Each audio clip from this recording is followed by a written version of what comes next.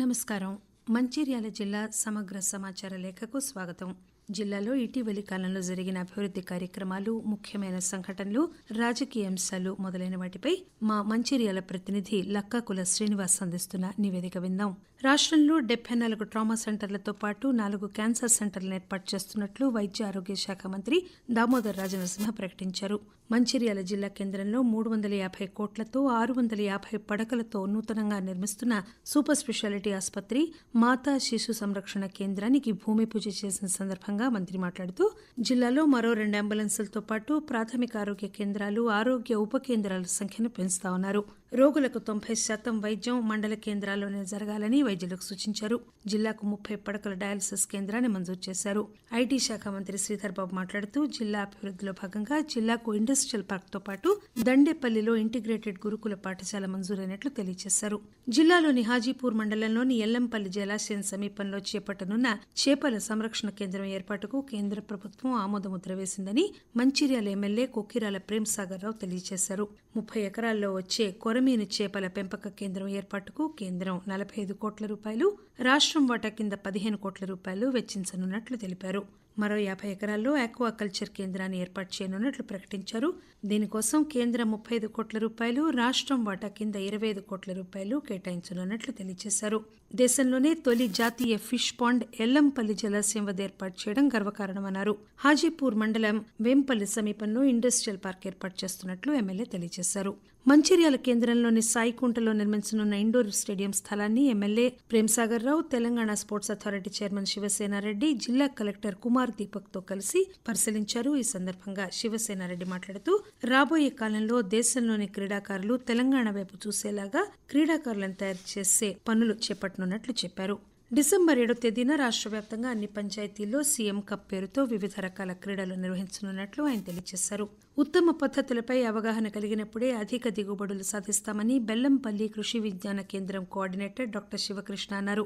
జాతీయ పత్తి పరిశోధనా సంస్థ నాగ్పూర్, కృషి విజ్ఞాన కేంద్రం బెల్లంపల్లి వారి సంయుక్త ఆధ్వర్యంలో అధిక సాంద్రత పత్తి సాగు, తేనెటీగల పెంపకంపై శిక్షణా కార్యక్రమాన్ని నిర్వహించారు. ఈ సందర్భంగా శివకృష్ణ మాట్లాడుతూ జిల్లా వ్యాప్తంగా 425 ఎకరాల్లోని రైతు క్షేత్రాల్లో ప్రదర్శనలు నిర్వహిస్తున్నామని చెప్పారు.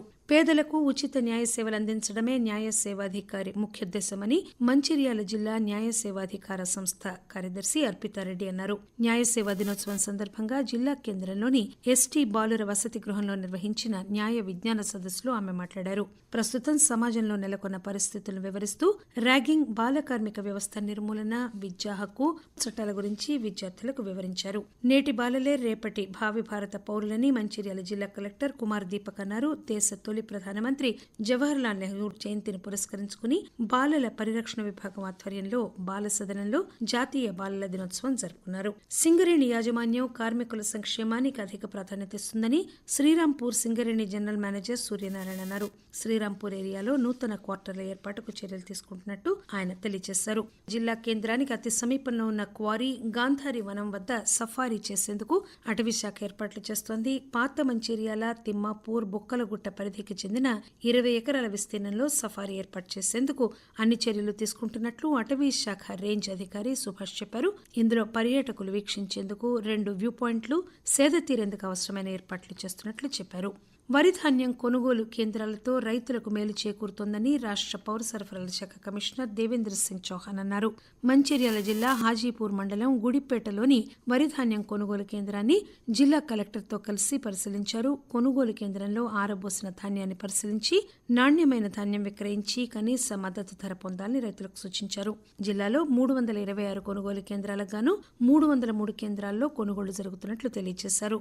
ఆదివాసీ గిరిజనుల అభివృద్ది సంక్షేమానికి కేంద్ర ప్రభుత్వం ధర్తీ అభాజన్ జాతీయ గ్రామోత్కర్ష పథకాన్ని ప్రారంభించినట్లు జిల్లా కలెక్టర్ కుమార్ దీపక్ చెప్పారు. బిర్సా ముండా జయంతి సందర్భంగా ప్రధానమంత్రి ఈ పథకాన్ని ప్రారంభించారని చెప్పారు.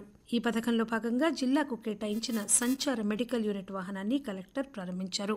జిల్లాలో కార్తీక పౌర్ణమి వేడుకలను ప్రజలు ఘనంగా జరుపుకున్నారు. తెలంగాణ అన్నవరంగా పేరున్న గూడెం సత్యనారాయణ స్వామి ఆలయంలో కార్తీక పౌర్ణమి జాతరను ప్రజలు వైభవంగా నిర్వహించారు.